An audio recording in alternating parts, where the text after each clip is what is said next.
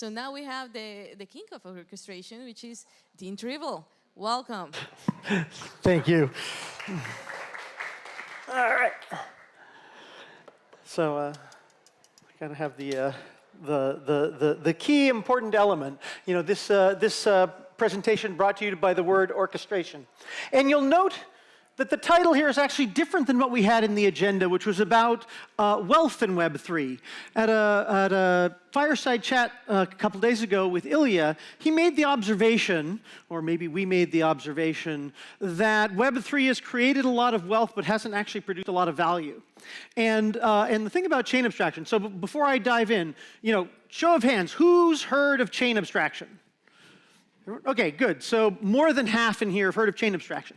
Chain abstraction is about users. Chain abstraction is users out there want to use Web3 assets and services independent of the underlying infrastructure, right? My analogy, you know, the simplest analogy is when I go into a food application to order a hamburger delivered, I don't care whether they're running inside of a Google or Amazon. What I care is to get the hamburger. And users want the same thing from Web3.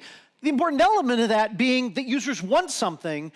The second important element is that the world of Web3 is starting to realize that, that they need to deliver that value to users. And it's value that will create it will create and sustain the wealth that we've sort of, you know, appropriated with speculation. And so a lot of this is, what does the world got to be like in order for us to get there? And that's where the Web3 economy comes in. Okay, so Agoric is a layer 1 chain powered by the BLD token, built on Cosmos SDK, and we now have a term. As I said, this talk is brought to you by the word orchestration for what we have been building all along. Orchestration is what the Web 2 world uses to coordinate billions of dollars, trillions of dollars rather, in activity every day, mostly in JavaScript, for controlling multiple sources of activity, multiple sources of compute, bringing them all together in order to deliver simple user experiences like push button get hamburger,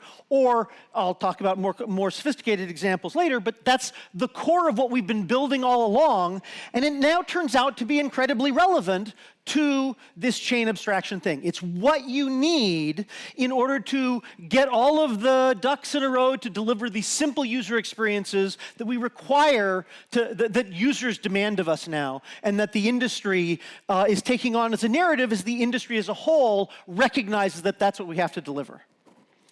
Okay, so, and the thing is that orchestration delivers these multiple things, right? It delivers interoperability, true interoperability, not just connectivity, but actual things working across multiple chains. It delivers composability, where you can use multiple services together. And then, as I said, finally, it delivers this chain abstraction that people are now talking about and is becoming a big thing for the industry.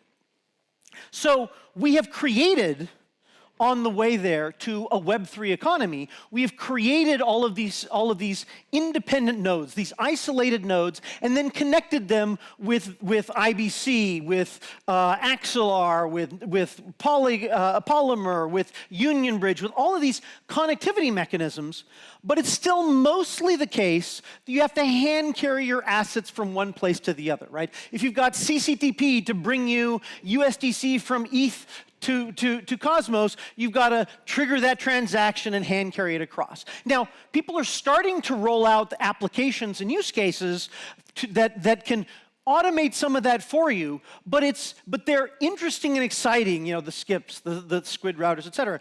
They're interesting and exciting because it's so hard, because there's so few of them, and we're just starting to get into that.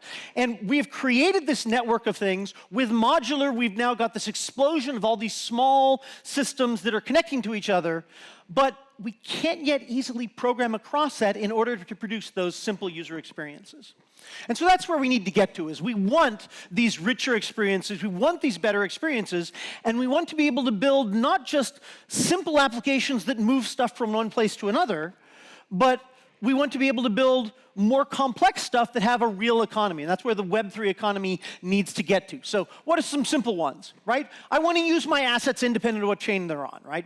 We've had this example before of I've got USDC burning a hole in my pocket and I want stake TIA, or I want staked Osmo, or Build, or what have you, right?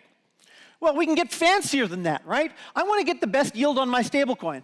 I don't care if it's Polygon or Curve or Arbitrum or Solana or Cosmos, and, Levana, Osmosis, what have you. I want to get, I've got a portfolio across Web3. I've got a portfolio, I as a user come in, I've got a portfolio across all the different stocks and mutual funds, and now I want a portfolio that's across all of the different yield opportunities in Web3. Until we can deliver that, we are not yet part of the real economy. And for Web3 economy to grow, that's the kind of thing we've got to be able to deliver. And that involves, when you bring that onto Web3, and you want to operate with the level of integrity that Web3 decentralized computation can provide, that involves having smart contracts that can wake up and do that rebalancing, then notice that, oh, the yield has changed from one platform to another, and let me automatically do that rather than requiring the user to wake up at 3 a.m. and, oh, notice that these numbers are different by searching different sites, and then do this transfer, because if they don't do it now, they're going to lose the opportunity, right?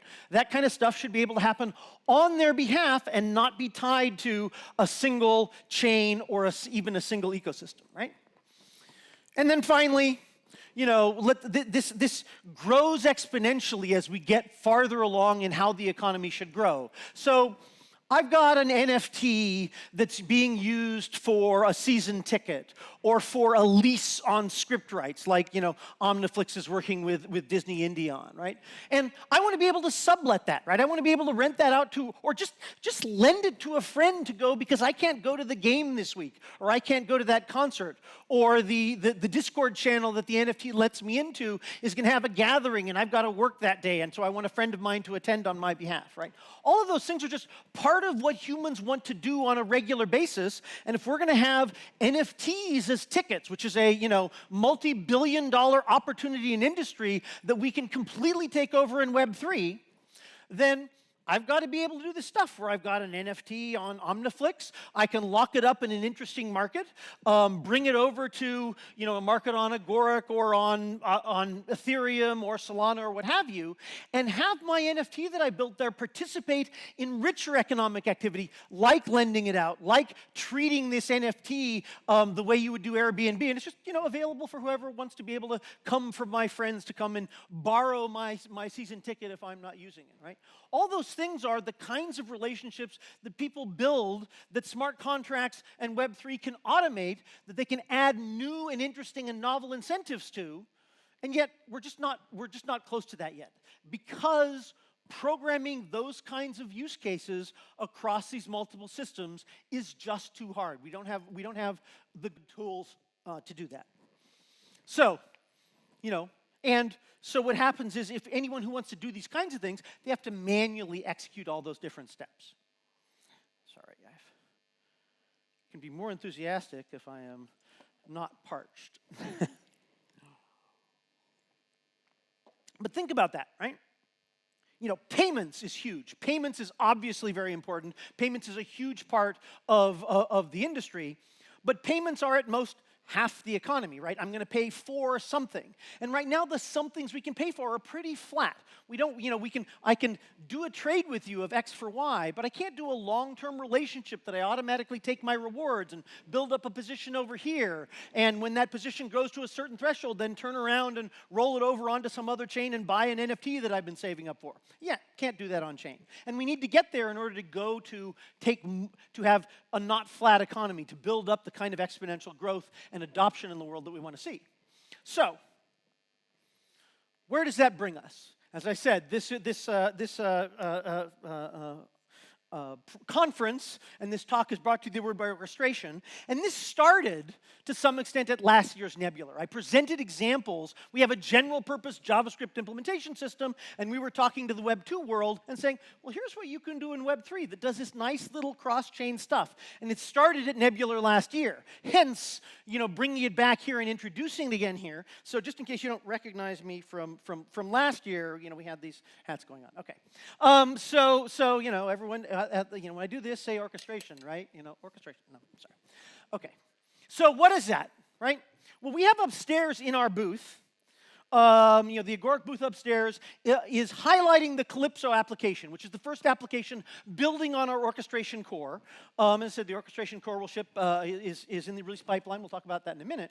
And this is an example of it, where it is to be able to do one-click actions that provide a seamless UX. One-click actions that span multiple chains to give users what they expect in a very easy-to-use way. Right? So right now, I mean, I talk about we need to get to a world of sophisticated applications, but even simple things are incredibly hard right now. So if I've got, so here it's, I want to select ETH, right? I want to say, I'm going to stake Celestia token, wherever that needs to happen. I want that yield, right? Do the one-click stake, approve that, and I'm done. That's what I want to do. Right now, before applications like this, it takes you 4 signatures on 3 chains and at least an hour to figure out what the heck is going on. This is not something that your normal user could ever succeed at. With this, a lot of users could succeed at it, right? So what is that, right? I want to use my USDC on Ethereum to buy TIA and stake it, okay? And I want to do that in one operation. So the way that works is you have a smart contract written in JavaScript, but it's easy for millions of programmers to understand, running that is able to reach out. So it can provide the, and I'm skipping past the Ethereum side because that'll be in Q3, but it can provide the reach out to Noble, tell it to move its money over through osmosis, trade it for the Celestia token, deliver it to the Celestia chain, and stake it, all managed and executed by code running as a simple smart contract on Agoric. So let's see what that looks like, right? I always like having examples of code because code makes you think, okay, this is what it takes. We're not going to produce the next generation economy. We're not going to move to the next level of usable, simple-to-use apps that span multiple chains unless developers can build it, unless they can build it easily and be sure of how it works. So what does this look like? Okay, so the first line, and this is all easy, even if you're not an engineer. So right, how many people here have some amount of software background? Just to see. Okay. So we're about half. That's a little less than half. That's kind of what I expect. Don't worry if you don't. You can understand this. 17 million people in the world program JavaScript all the time. So this is, from our orchestration system, ask for an object that will let me do all the things that I could do remotely on the Celestia chain. And then the first miracle of the platform comes from IBC that all of us helped build, which is reach out to the Celestia chain and make a brand new account. Right, so now I've made a brand new account on the Celestia chain from this smart contract running on Agoric. Now the first miracle of the platform is that await. That's the thing that highlights the difference, the visceral difference for developers in what it takes to execute a smart contract that spans multiple applications, right, or multiple chains, where it will sit there in this multi-block operation and wait for the account to be created on Celestia. What's important about that is existing blockchain systems, from Ethereum to CosmWasm to Tezos to Solana and so forth, they're designed to have computation that starts and ends within a single block, right? Where within that 1 second or so that you get to run, everything you're going to do happens. And that's great for swaps. But any long-term relationship, any subscription, any collateralization of a loan, doesn't fit naturally in that style of programming, right? The tools are at odds with what you're trying to do. And anything multi-chain is necessarily multi-block, right? In order to send a message from a chain to the outside world, you got to finish the block and publish your results. So it's necessarily multi-block. And that means all those tools out there, frankly, suck at doing multi-block computation. Okay, so this gives me the ability in one place to express what do I want to have happen across a period of time that a human cares about, right? So let's wait for that account to be made. And then we get to the second miracle, which is I get back an object in ICA cell there. I get back this thing in JavaScript, which is the only thing on the planet that can control that brand new account, right? So I don't need permissions, I don't need access control lists, I don't need to know who you are. I just created on your behalf an account on Celestia and I have an object that will control it. Right? Okay, so then, once that's finished, I will go on to the next phase, which is, let's set up some arguments, we can talk about those later. What this does, that uses a facility that happens to be available on IBC, where I'm setting up a transfer From that ICA, from that Noble account that this contract is managing on your behalf on Noble, where your USDC landed, and then setting up a transfer of $1,000 USDC to go through the hops of go to Osmosis, trade it for Celestia, and then deliver it to that ICA account that I just created 2 lines above. Okay? So what that means is that await there, that last thing, is going to wait for these 4 chains to cooperate to do that core of your operation. And once that finishes, where it's sent it from Noble to Osmosis, swapped it for Celestia on pool 1224 with a slippage no more than 0.5%, or no, whatever it is, 5%, right? And then sent it on to my brand new Celestia account that this smart contract is controlling on your behalf. Once that's finished, I will reach out to Celestia, say, so how much was it, right? It was a swap, there was some slippage. How much did I get? How much Celestia token? Great, stake that for me. And then I'm done, right? But all of this happened with one authorization that said, yeah, do that use case for me. And I've shown elsewhere a thing where, oh, now it turns out I don't want staked Celestia, I want liquid staked Celestia. So the next step would be unbond it, await, and 21 days later after the unstaking is finished, send it off to Stride and liquid stake it and that sort of thing. All of that is just, again, 7 lines of code in JavaScript that millions of programmers can understand and or write to be able to do this operation that can take seconds, minutes, days, even months to complete on behalf of the user. And this can exist in a world where the Agoric chain upgrades, the Noble chain upgrades, Osmosis upgrades, Celestia upgrades, this smart contract running on Agoric gets upgraded even while it's sitting there waiting for the other chains to do stuff, and it will pick right up after the upgrade finishes to add new features and move along and complete your user story. Right? That's what orchestration is. That's what developers need to be able to build simple user stories to deliver simple value to users that they understand, that cross not just chains, which is where we start now of IBC connected chains, but ecosystems where we extend to Ethereum and Solana and Tezos and Zcash and everything else. Okay, so that, as I said, goes Ethereum to Noble to Osmosis to Celestia in 7 lines of code. So what are the 3 impossible things, right? That multi-block actions. That's a critical differentiator. When people have tried to do this anywhere else, they see that totally different, right? That ability to do async await, right? That's a huge element that, again, uniquely available in JavaScript. It is the way that trillions of dollars are orchestrated every day in Node.js programs, in Bloomberg terminals, in Salesforce, et cetera. And it's something that lots and lots of people understand how to do. And it's well understood, and there's lots of patterns and libraries to help developers along the way, and lots of tools, right? Timers. Turns out, we have timers, right? The IST stablecoin is built on Agoric, right? Every hour, it checks whether it needs to do liquidations by saying, timer service dot 60 minutes, comma, run this JavaScript function, which goes and figures out whether the price has changed, right? Every day, it charges interest by, once a day, periodically run this JavaScript function, right? Very straightforward.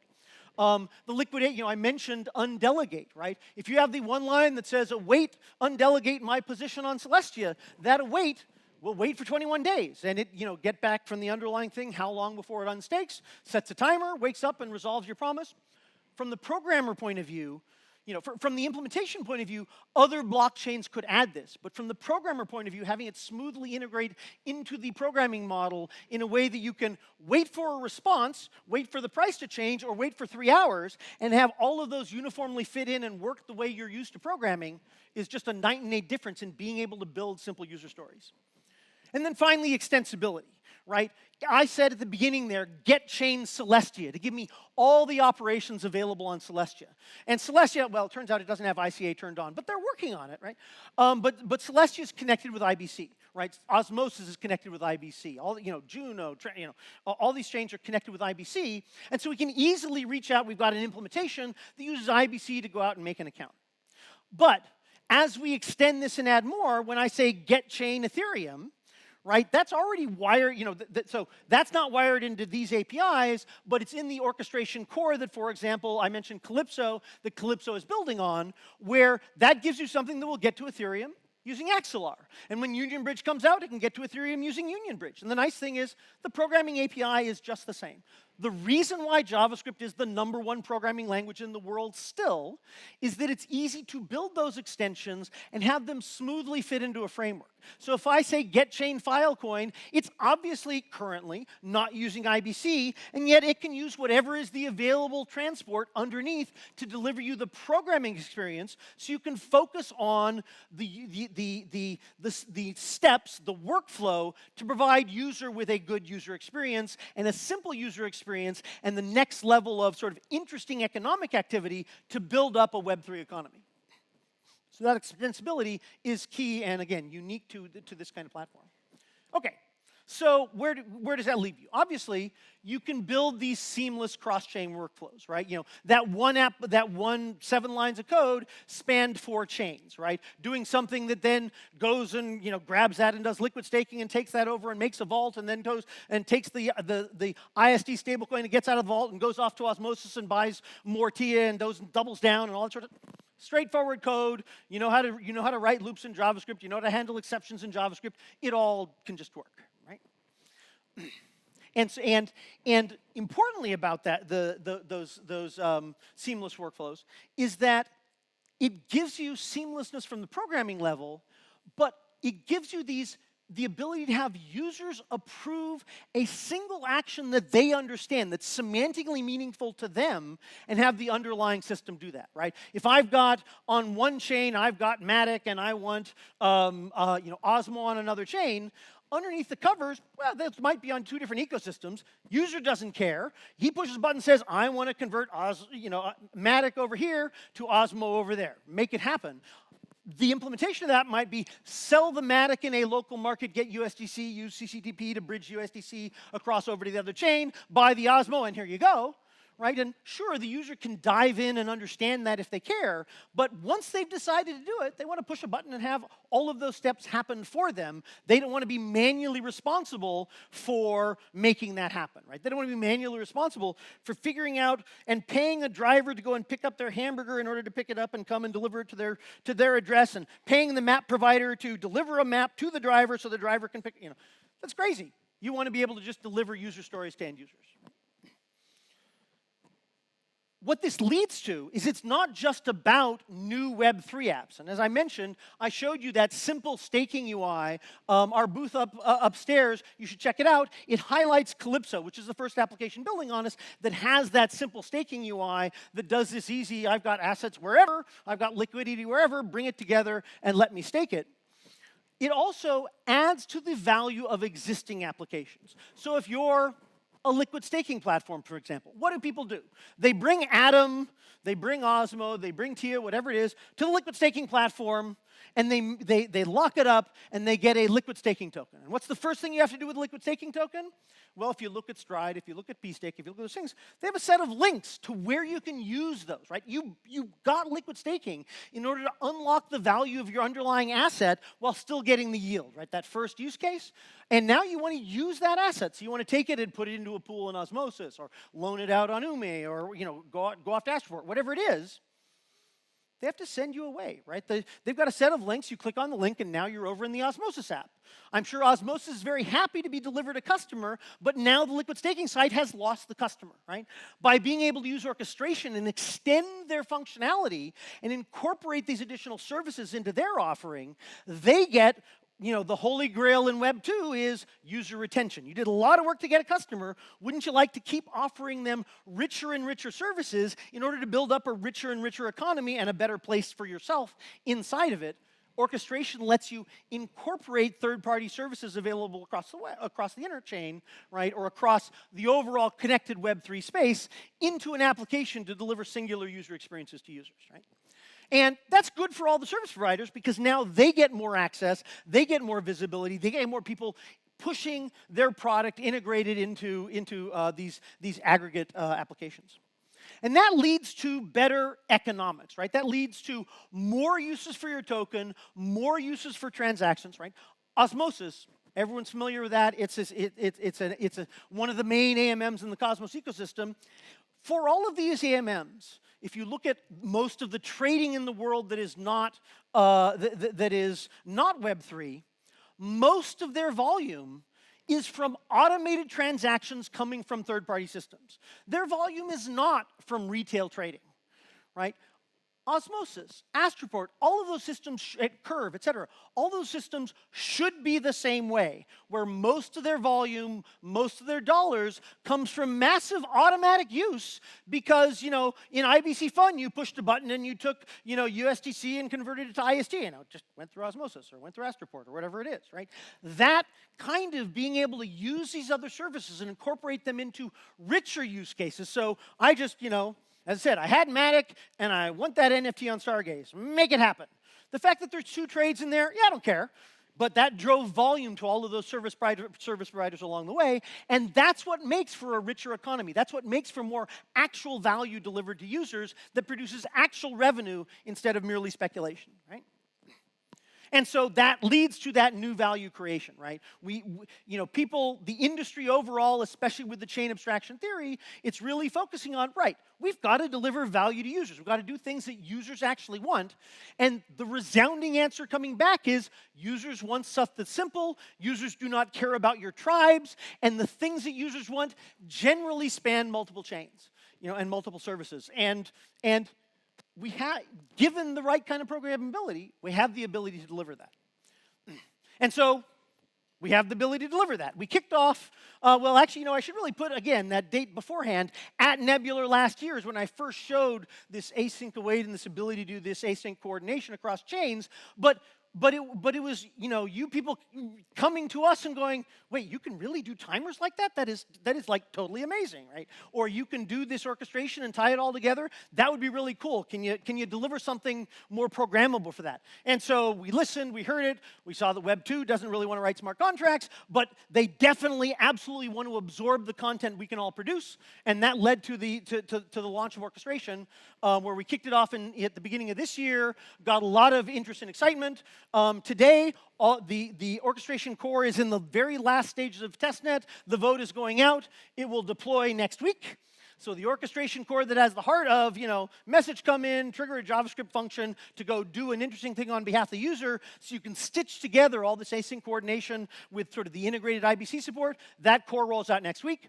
And then there will be a steady cadence of these API enhancements like I showed you, rolling out, not just adding the ability to, okay, here's your timers, here's your easy Oracle integration, here's your access to trivial swaps that will route to the appropriate exchange depending on what tokens you're trading, all those kinds of things. It will then also lead up to integration with other ecosystems with not just the core level, yes, you can talk to ETH easily and integrate it all into this programming thing, but it fits nicely and smoothly into this uniform, simple, seamless programming environment so that make account on ETH works just as well as make account on Neutron, right?